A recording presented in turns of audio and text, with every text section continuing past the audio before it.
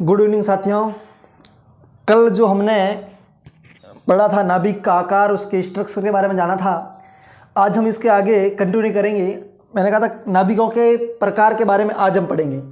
नाभिकों का प्रकार यानी कि नाभिक का प्रकार या फिर नाभिकों के प्रकार। चलो, नाभिकों के प्रकार में पहला प्रकार अपन ले रहे हैं समस्थानिक। समस्थानिक यानी आइसोटोप्स। चलो, समस्थानिक क्या होते हैं आप सभी जानते हैं कि समस्थानिक अपन 9th क्लास से पढ़ते आ रहे हैं। समस्थानिक यानी वे तत्व, वे परमाणु जिनके परमाणु क्रमांक तो समान हो लेकिन इनकी द्रव्यमान संख्या अलग अलग हो, उनको अपन कहते हैं समस्थानिक। जैसे कि अपन समस्थानिक की बात करें तो अपन शुरुआत से पढ़ते आ रहे हैं कि क्लोरीन के 2 समस्थानिक होते हैं। क्लोरीन के समस्थानिक,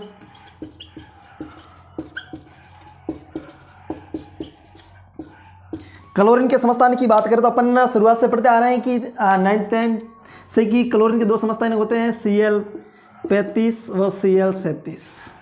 इसको ऐसे लिखेंगे 17Cl35 17Cl37। 17 क्या है? परमाणु क्रमांक है। 35 क्या है? इसकी द्रव्यमान संख्या है। 37 क्या है? इसकी द्रव्यमान संख्या है। इसका मतलब वे तत्व जिनके परमाणु क्रमांक समान हो लेकिन द्रव्यमान संख्या भिन्न भिन्न हो, उनको अपन कहेंगे समस्थानिक। चलो, समस्थानिक समझ में आ गया। समस्थानिक में एक महत्वपूर्ण समस्थानिक होता है हाइड्रोजन। हाइड्रोजन के जो समस्थानिक होते हैं, लिखते हैं हाइड्रोजन के समस्थानिक।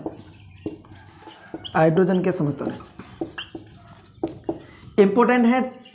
हाइड्रोजन के समस्थानिक कैसे कि हाइड्रोजन के 3 समस्थानिक होते हैं, वो लिखते हैं 1H1 1H2 1H3।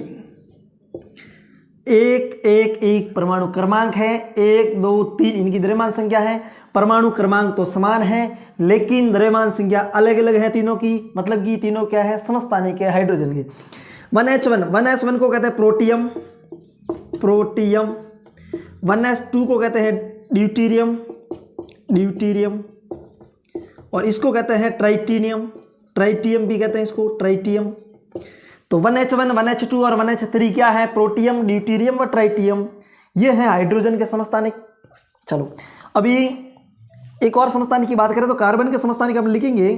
तो कार्बन के समस्थानिक होते हैं C612 व C614। ये होते हैं कार्बन के समस्थानिक। समस्थानिक समझ में आए? वे तत्व जिनके परमाणु क्रमांक समान हो लेकिन द्रव्यमान संख्या अलग अलग हो, उनको अपन कहते हैं समस्थानिक। समस्थानिक में क्लोरीन के समस्थानिक Cl35 Cl37, ये क्लोरीन के समस्थानिक है। हाइड्रोजन के समस्थानिक प्रोटियम, ड्यूटीरियम व ट्राइटियम, ये हाइड्रोजन के समस्थानिक है। और कार्बन के 2 समस्थानिक C612 C614। चलो, इसमें प्रोटियम, ड्यूटीरियम, ट्राइटियम अंतर क्या है? इसमें द्रव्यमान संख्या अलग अलग है। किसकी वजह से द्रव्यमान संख्या अलग अलग है? इन तीनों में न्यूट्रॉनों की संख्या अलग अलग है। 1 1 1 क्या है? प्रोटॉनों की संख्या है। एक में से एक गया पीछे रहा 0। इसमें न्यूट्रॉन कितने हैं? 0 हैं। इसमें न्यूट्रॉन कितने हैं? 2 में से एक गया पीछे रहा 1। इसमें कितने हैं? 3 में से एक गया पीछे रहा 2। तो 0 1 2 तीनों में अलग अलग क्या है? न्यूट्रॉन अलग अलग है। यानी कि वे तत्व जिनके परमाणु क्रमांक समान हो लेकिन द्रव्यमान संख्या अलग अलग हो, उनको अपन कहते हैं समस्थानिक। सभी को समस्थानिक आया समझ में? स्क्रीनशॉट ले लेना। इसी के आगे समस्थानिक पढ़ने के बाद अब हम पढ़ेंगे समभारिक, आइसोबार। समभारिक नंबर 2, समभारिक जिसको इंग्लिश में बोलते हैं आइसोबार। देखो, समभारिक वे तत्व जिनके द्रव्यमान संख्या समान हो, परमाणु क्रमांक अलग अलग हो सकते हैं। जैसे समभारिक, सम मतलब समान, भारिक मतलब भार, समान भार, भार मतलब द्रव्यमान। तो वे तत्व जिनके परमाणु क्रमांक अलग अलग हो लेकिन द्रव्यमान संख्या समान हो, उसको अपन कहेंगे समभारिक। उदाहरण के तौर पर लिख सकते हैं। समझ में आई परिभाषा? वे तत्व जिनके परमाणु क्रमांक समान हो लेकिन द्रव्यमान संख्या अलग अलग हो, द्रव्यमान संख्या समान हो, उसे कहेंगे समभारिक। मतलब समान भार होना चाहिए, द्रव्यमान समान होना चाहिए। ठीक है, तो उदाहरण के तौर पर क्या लिख सकते हैं अपन? जैसे कि अपन ने लिखा था C614 व 7N14, ये कार्बन का समस्थानिक है ये नाइट्रोजन है, ये नाइट्रोजन का नाभिक है, नाइट्रोजन का द्रव्यमान 14 होता है और ये कार्बन का एक समस्थानिक है जिसका भी द्रव्यमान 14 होता है। ये दोनों बराबर हैं, इसका मतलब ये दोनों आपस में क्या है, समभारिक है। चलो एक और उदाहरण और देख लेते हैं अपन। 2He3 हीलियम का नाभिक है व 1H3, मतलब ये दोनों, ये हीलियम का एक समस्थानिक है, ये हाइड्रोजन का समस्थानिक है। द्रव्यमान परमाणु क्रमांक दोनों के अलग अलग है, लेकिन द्रव्यमान संख्या इसमें भी 3 है, इसमें भी 3 है, तो ये भी दोनों आपस में क्या है, समभारिक है। चलो समभारिक समझ में आ गया। वे तत्व जिनके परमाणु क्रमांक अलग अलग है लेकिन द्रव्यमान संख्या समान है उनको अपन कहेंगे समभारिक। चलो इससे के आगे सम न्यूट्रॉनिक,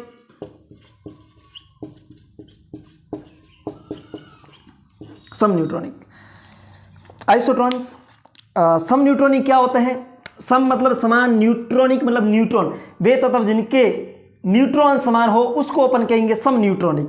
अब न्यूट्रॉन किसमें समान, देखो 2He4 ये एक हीलियम का नाभिक है, वह 1H3, देखो 4 में से 2 गए, इसमें न्यूट्रॉन कितने हैं, 2 हैं। 3 में से 1 गया पीछे, इसमें न्यूट्रॉन कितने हैं, 2 हैं। तो ये दोनों आपस में क्या हो जाएंगे, फिर सम न्यूट्रॉनिक हो जाएंगे। तो जिनके परमाणु क्रमांक अलग अलग हो लेकिन न्यूट्रॉनों की संख्या समान हो उसको अपन कहेंगे सम न्यूट्रॉनिक। तो आशा करता हूं कि आपको समस्थानिक, समभारिक और सम न्यूट्रॉनिक समझ में आ गया होगा। चलो इसी के आगे समावयवी, यहीं लिख लेता हूं समावयवी। समावयवी ये भी एक नाभिकों का प्रकार है। समावयवी को बोलता है आइसोमर, आइसोमर। चलो समावयवी, समावयवी क्या होते हैं, वे तत्व जिनके परमाणु क्रमांक समान हो लेकिन रेडियो एक्टिव गुण अलग अलग हो। रेडियो एक्टिवता गुण, जैसे हमने पढ़ा ये एक कार्बन का नाभिक है, ये कार्बन का परमाणु क्रमांक है और इसकी द्रव्यमान है वह C614। इन दोनों के परमाणु क्रमांक तो समान है, द्रव्यमान संख्या अलग अलग है। पहली बात तो ये क्या है, ये समस्थानिक है, फिर भी इसको अपन समावयवी कह सकते हैं। कैसे कि इनके जो रेडियो एक्टिव गुण हैं वे अलग अलग हैं। रेडियो एक्टिव गुण, यहाँ रेडियो एक्टिवता, रेडियो एक्टिव गुण क्या है, अलग अलग हैं, इसकी वजह से ये क्या है, समावयवी है। वे तत्व जिनके रेडियो एक्टिव गुण अलग अलग होते हैं लेकिन परमाणु क्रमांक समान होते हैं उनको अपन कहते हैं समावयविता। चलो इसके बाद एक रहा पीछे प्रतीप या दर्पण नाभिक। प्रतीप या इसको बोलते हैं दर्पण नाभिक।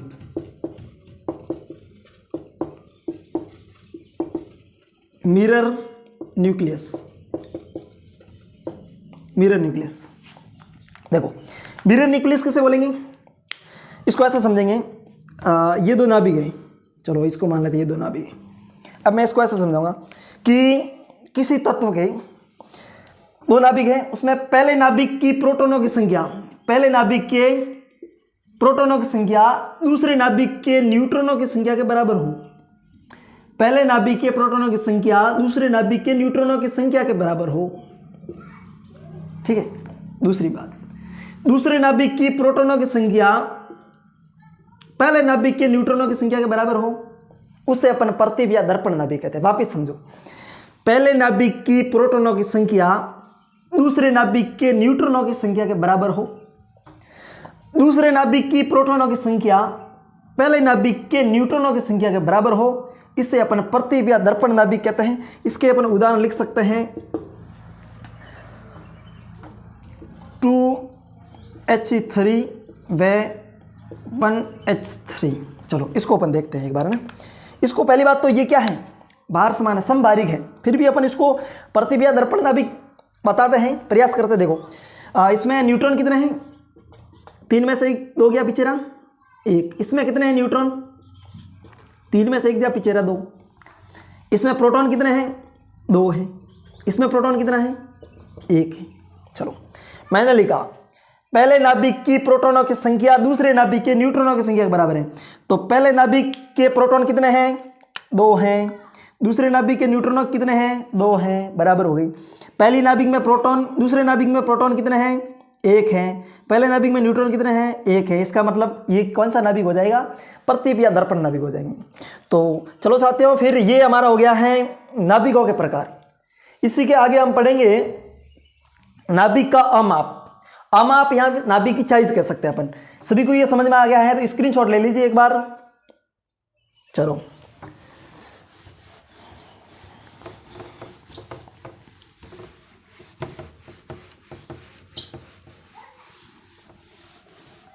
चलो आगे पढ़ रहे हैं नाभिक का अमाप। नाभिक का अमाप या नाभिक का साइज अपन कह सकते हैं, नाभिक का आकार भी कह सकते हैं। नाभिक का अमाप माप,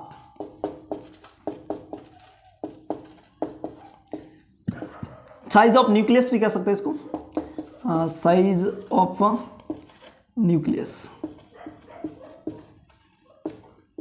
साइज ऑफ न्यूक्लियस, नाभिक का अमाप। देखो नाभिक के अमाप के बारे में एक कथन होता है, एक तथ्य है, यह है कि नाभिक की जो त्रिज्या होती है, पहली बात तो नाभिक की त्रिज्या कितनी होती है? 10⁻⁻15 मीटर।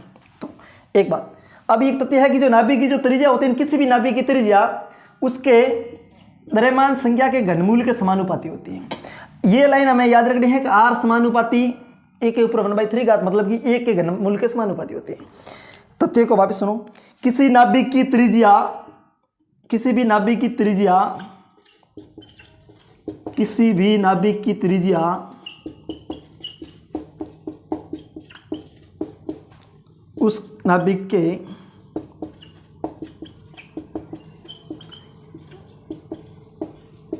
द्रव्यमान संख्या के घनमूल के समानुपाती होती हैं। द्रव्यमान संख्या के घनमूल के समानुपाती होती हैं।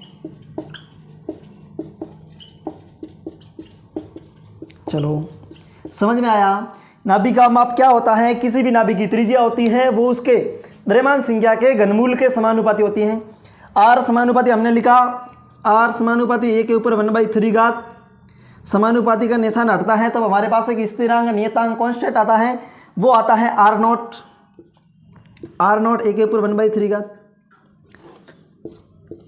1 के ऊपर 1/3 घात मतलब कि घनमूल इसका एक क्या है? द्रव्यमान संख्या है उस नाभिक की जिसकी हमें त्रिज्या निकालनी है, उसका आकार हमें निकालना है उसकी। चलो R0 क्या है? जहां R0 एक नियतांक है उसको अपन कांस्टेंट बोल सकते हैं। R0 एक नियतांक है जिसका मान होता है, R0 का जो मान होता है वो याद रखना 1.5 फर्मी के बराबर होता है। देखो फर्मी क्या होता है, इसको अपन ऐसा लिखेंगे 1.5 इंटू 10⁻⁻15 10⁻⁻15 मीटर, 1.5 गुणा 10⁻⁻15 मीटर होता है। उसको 10⁻⁻15 मीटर को फर्मी बोलते हैं। तो एक फर्मी बराबर हो जाएगा 10⁻⁻15 मीटर। तो ये R0 का मान हमें याद रखना है और ये R का मान याद रखना है। तो R किसके समानुपाती हो जाएगी? 1 के ऊपर 1/3 घात। इससे एक न्यूमेरिकल बनेगा, तो ऐसे बनेगा कि नाभिक की त्रिज्या ज्ञात कीजिए जिसका द्रव्यमान ये है। द्रव्यमान ऐसे मान देगा, उसका हमें घनमूल निकालना है, R0 का मान लिखना है, तो उसकी आकार या अमाप उसका आ जाएगा। चलो समझ में आ गया ये नाभिक का अमाप आकार क्या है? इसकी भी आप स्क्रीनशॉट ले लीजिए। चलो मिटाता हूं मैं इसको।